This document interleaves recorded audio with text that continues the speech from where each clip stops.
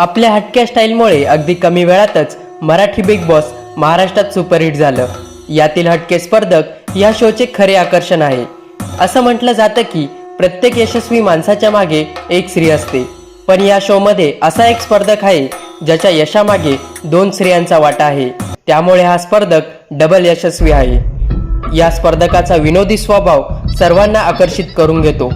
आपली गावरान भाषा जपणारा हा कोल्हापूरकर स्पर्धक म्हणजे आपल्या सर्वांचे लाडके धनंजय पवार उर्फ डीपी दादा।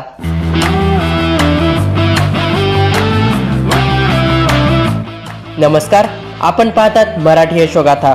चला तर मग धनंजय पवार यांच्याविषयी अधिक माहिती जाणून घेण्याचा प्रयत्न करूया।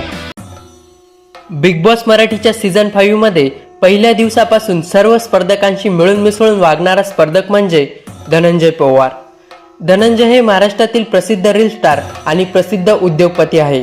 आई आणि सुनेच्या मध्ये अडकलेल्या नवऱ्याचे मजेशीर व्हिडिओ ते सोशल मीडियावर अपलोड करतात। आईचं ऐकायचं की बायकोचं या प्रश्नात अडकलेल्या डीपी यांची लोकप्रियता गेल्या काही वर्षात प्रचंड वाढली। धनंजय हे पहिल्यापासूनच पेशाने व्यावसायिक आहे।